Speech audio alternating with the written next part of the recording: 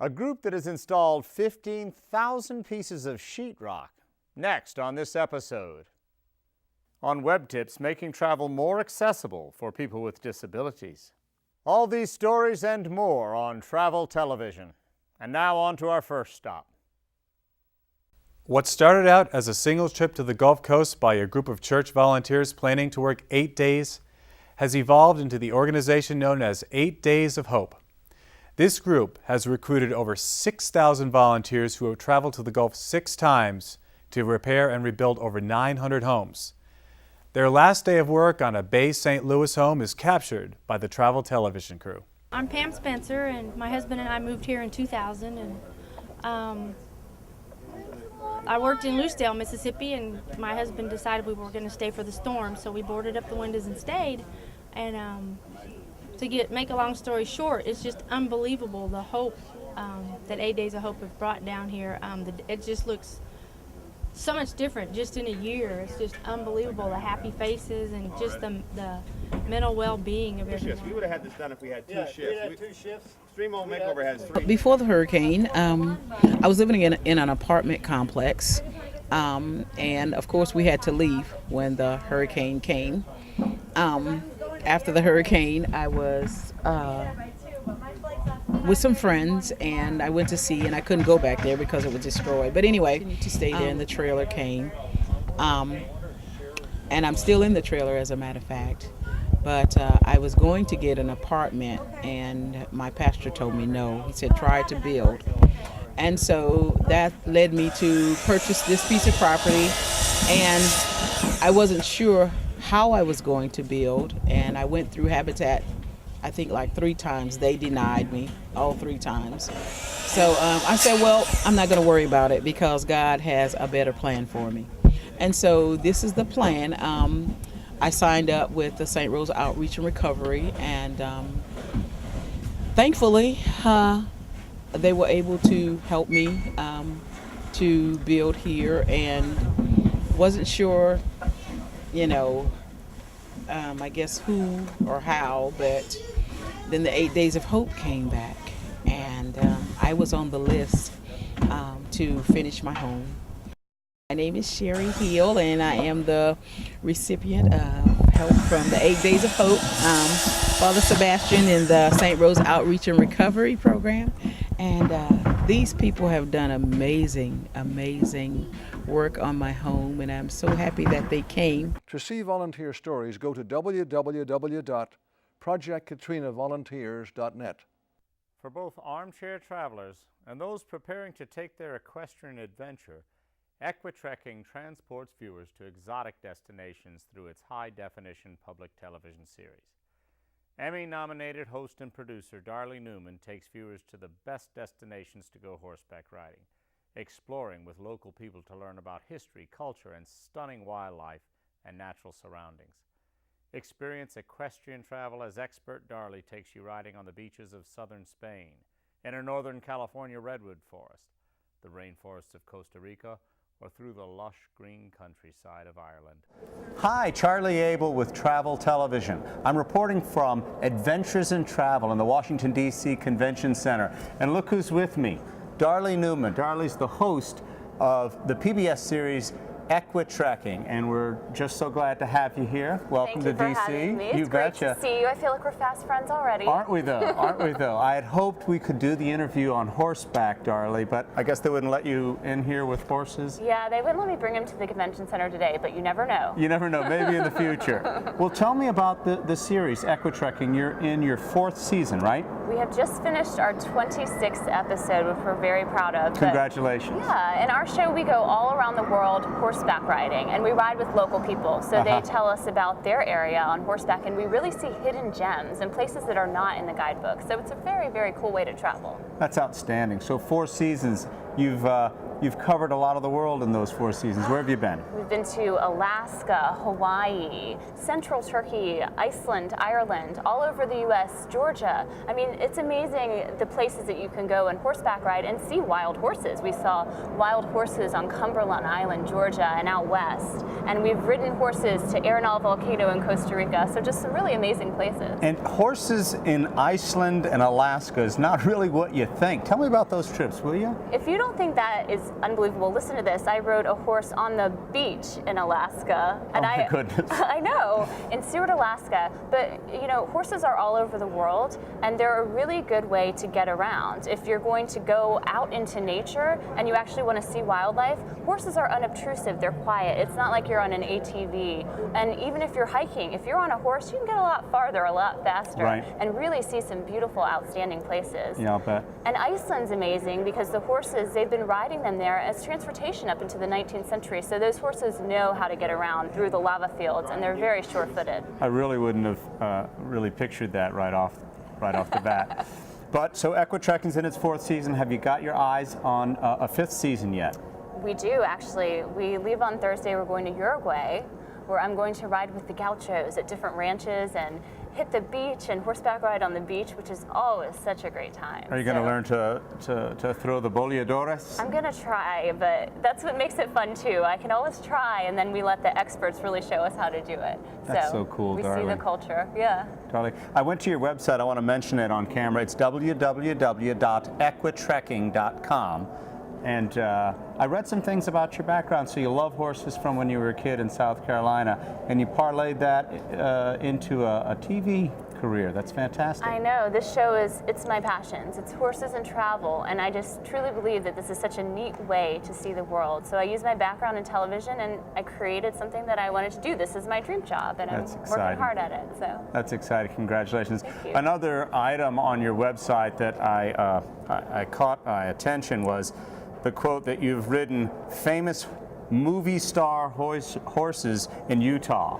Tell me about that. Well, wherever we go in our show, these are things that you could recreate and do yourself. We ride with ranches, outfitters. These are people that actually run horseback riding tours, and we look to find the best ones. So in Utah, we rode with this guy, Ron Brown, right outside of Salt Lake City on Antelope Island, where we herded bison. And his horses have been in all these famous westerns. So at first I was like actually a little intimidated to ride his horses, but by the end I was like, these horses are amazing. And you're a pro. Give me a movie star horse anytime. Yeah, you're an expert anyway.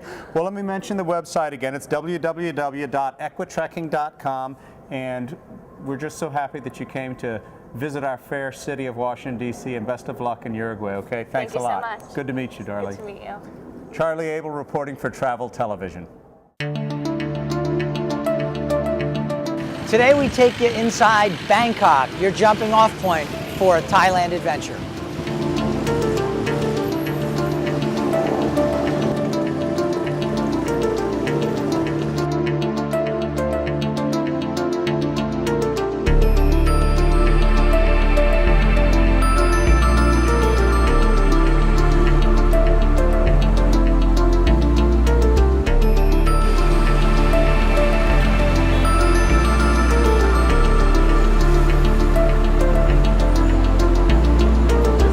Bangkok, in a word, energy. The energy of 6 million people, and maybe as many cars, but not quite. It's also the capital of Thailand, where you'll find shopping, temples, palaces, markets, nightlife, and that's just the beginning.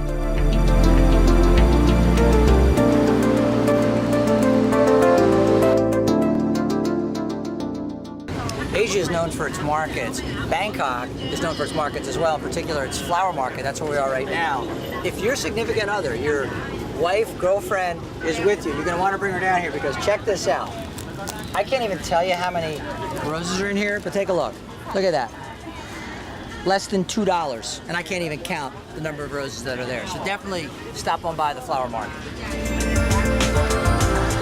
But then again, on second thought, don't tell her how much it costs, because you'll look like a hero when you fill that hotel suite with dozens and dozens of roses.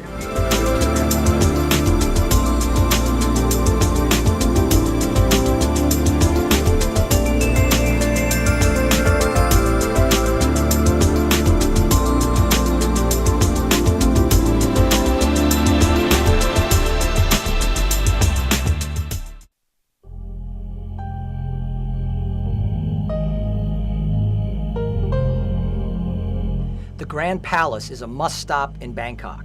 It is the official residence of the kings of Thailand from the 18th century onward. However, the current king does not reside there. Who does? The Emerald Buddha resides there. And even though the Buddha is described as the Emerald Buddha, it is actually made of jasper.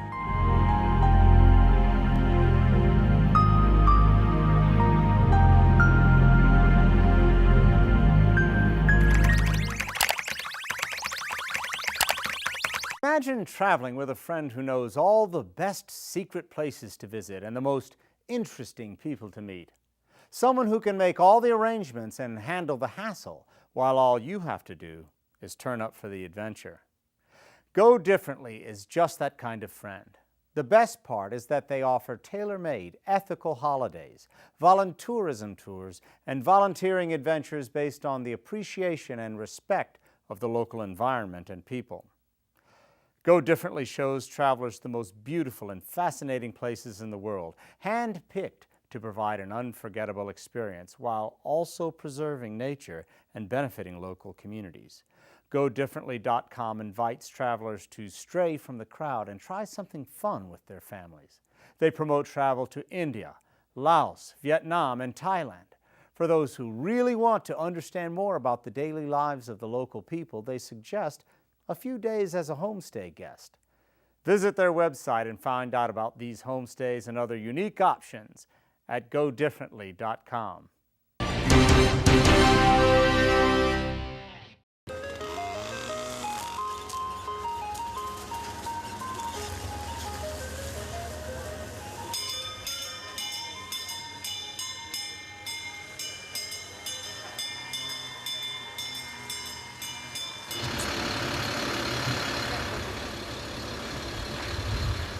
They could be elsewhere enjoying their summer vacation, but they're in New Orleans to work, bussed in by their church, Missouri's First Baptist of Warrensburg. They're off to St. Bernard's Parish to work on the home of Geraldine Hill. I'm just so happy. What does it do for you? What does it do for your spirit to see these kids putting your house back? It's lift me. It really gives me a great lift. I'm so happy, I feel like I could cry. But see, my husband died 16 years ago, and I'm by myself now. It's the only income I get, and that can't even start fixing my house. The insurance don't want to pay you nothing. These people need our help. I would want these people to do the exact same for me if my house was completely obliterated by a flood. And it's a really nice experience. It's what I'm called to do by God, and I really enjoy it. Like most people would say, oh, you're doing construction all day and you're paying to do it. But I like doing it. And just to think of all the people's lives that have been affected, but at the same time, I think it's a big opportunity to show Christ's love to a city that's so desperate for just an opportunity to live. And I think that as Christians, or personally, that gives us a big opportunity to share. I feel like as Christians, one of our things that we like to do is serve other people. I just feel like that's something that would be beneficial to other people, and a way that we can show kind of the things that have happened in our life to other people in a practical way. This disaster has seemingly gone past any race, because here it is, these young white kids from the middle of outside Kansas City coming to the deep south to help African-American women. Help, never been here. Some of them never know about here, and they came to help, and they all are very, very friendly. They're very friendly. And these friendly Missouri kids say the issue of race is not an issue to them. It doesn't matter. It's the barrier, or whatever you want to call it, it shouldn't matter, and that's what I like about our group and where we come from. It matters. I don't care at all, so it's great that it has nobody else is affected by it either, and that we're still able to come down here and serve. You were so down, you told me. You said you come in. I came and I turned around. When I got my house, they had mud. My carpet was rolled up like a chicken full of towel with your hand. It was terrible. You didn't know if you were going to find a body in your house or what, a dead body. You couldn't even tell. It was horrible. I didn't realize it was this bad. later on, so many months, like it's going to be a year and it's still this bad. But the people here are great. They're very humbling. If one thing I want to take back home is their attitudes, because even though we're helping them, like they're so gracious. Like they cook lunch for us and they're so thankful. So that's one of the attitudes that I want to take from here, is the attitudes that they have. But I just didn't realize how bad it was. Smile, girl. You've been doing some cooking for them this week. Yep. So today I'm cooking jambalaya. It's some big old shrimps. That's the shrimp. Put your shrimps. I got hot sausages and I got smoked sausages and ham.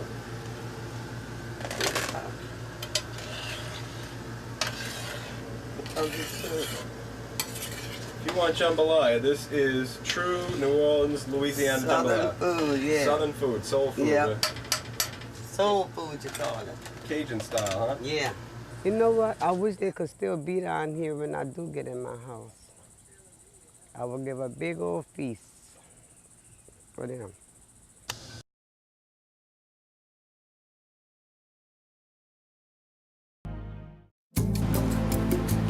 So definitely plan one of your nights down here in Chinatown.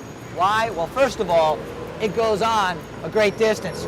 From just behind the cameraman on the other side there, it's about as far as the eye can see, I'd say about 400 or 500 meters, runs the length of the main street in Chinatown. All the way up and down, there are plenty of side streets with lots of nooks and crannies. There are restaurants, there's shopping, and there's also plenty of food courts to explore.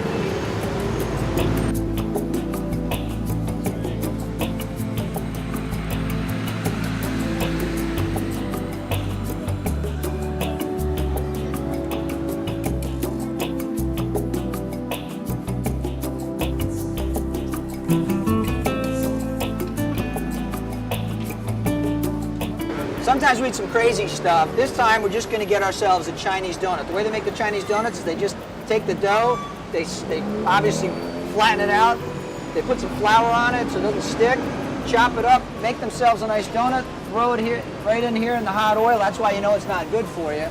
And out pops some actual nice fresh Chinese donuts. We're going to try one right now. Can I go ahead? Here it comes. Thank you. Let's see. Very nice. And not crazy either. Not yet.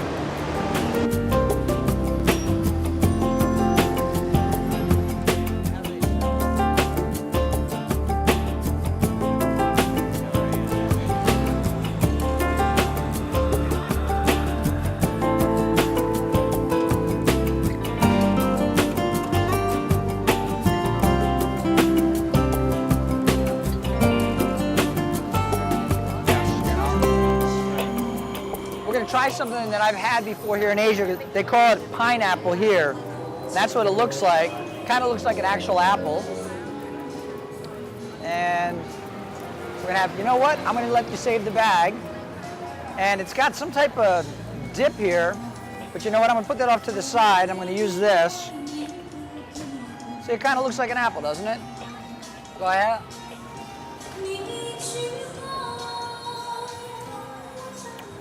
It's really refreshing.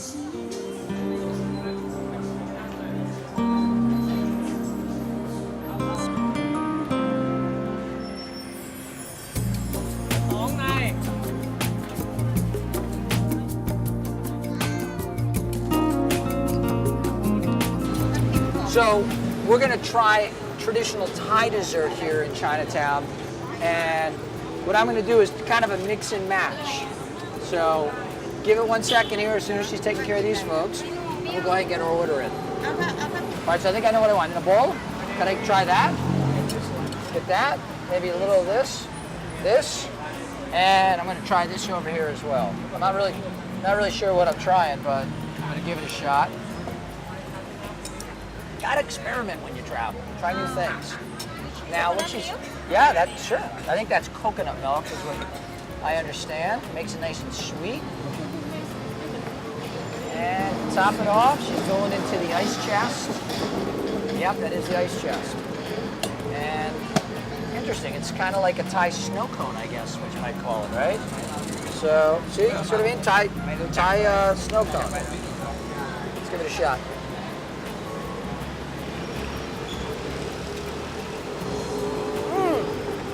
Oh, really cold.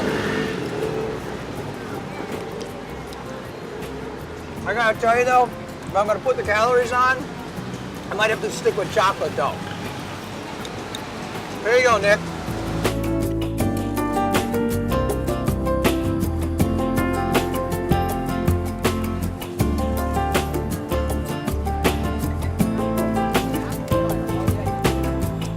If you want to do some shopping, you really want to get here before 5 p.m. But as you can see, even at night, there's some little shops that put their wares out here. And here you have some traditional Chinese outfits.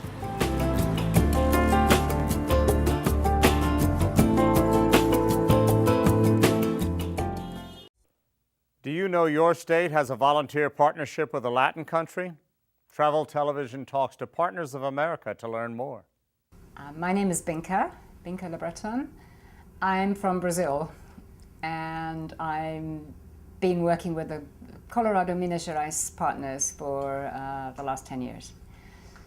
We set up a rainforest research center 10 years ago with help from Colorado partners. And we were sitting in Brazil trying to figure out how to get started. We had no money, no people. We just wanted to do something in the rainforest. And the only thing we didn't have telephones, we didn't have roads, but we did have internet. I was surfing the net, and I found this organization called Partners of the Americas, of which I had never heard because I was living in the middle of the rainforest. Okay? So I sent them a message saying, what do I do to find a partner? And they said, who are you? And we started this weird email exchange whereby it's like putting a letter in a bottle and throwing it into the sea because you have no idea who you're talking to. And they were very gracious and coaxed our story out of us. And then they said, you've got a partner. And I said, who are you? And they told me.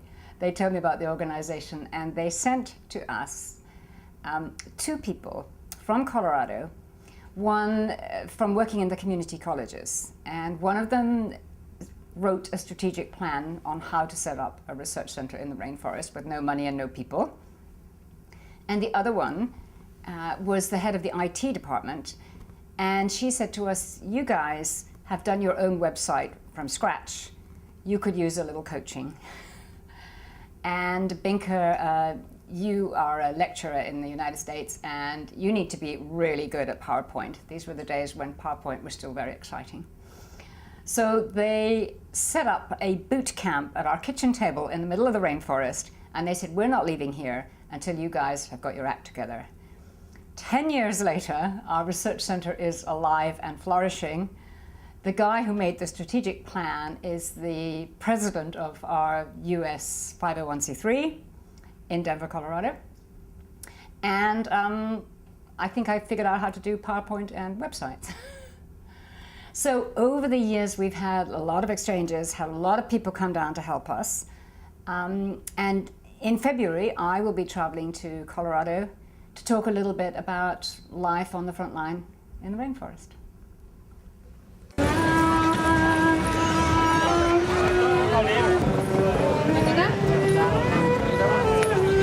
If you have enough energy after Chinatown and you want to hang out and actually get some serious shopping in, Khaosan Road is just your ticket. This road goes further than my eyes can see, and it's lined with stalls. And I think you pretty much could outfit yourself for a stay in Thailand with one night here.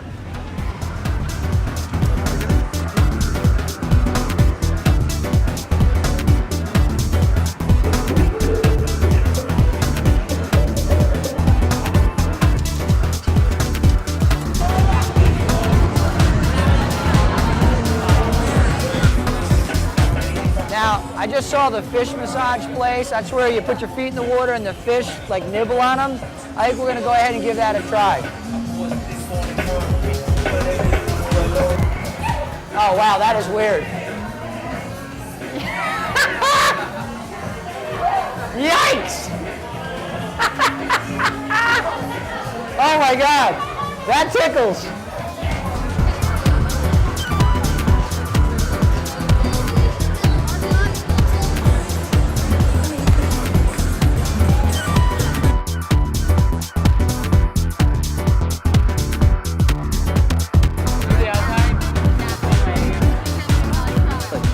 right, so what we've got is some different samples we're going to try here of bugs on Khao San Street. And, okay, so right here we've got these bamboo worms. Oh, pretty good with the pepper. I had these in New Orleans at the Insectarium, if you remember. These are crickets. See the cricket right there? That's what that is. Anybody want a cricket? Oh, good. Anybody else? There you go. Thanks, good. Give me one, please. Want that one? I like it, yeah. There you go, good. Yeah, I know. I tasted before, you're not Chinese. You're no dope, I know. Okay. All right, man. Here, go ahead. Take the bag, because I'm digging into the big guy. And the last thing, I think this guy, I think you should eat him. Go ahead. No? All right. There you go.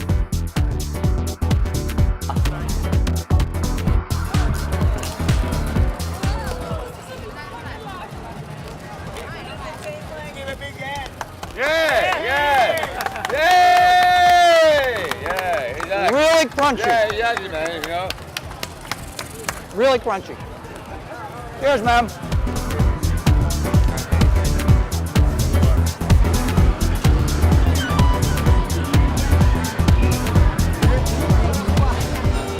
So did you enjoy your little visit here in Bangkok? I certainly did. From Khao San Street, I'm Mark Murphy with my newfound friend. Cheers.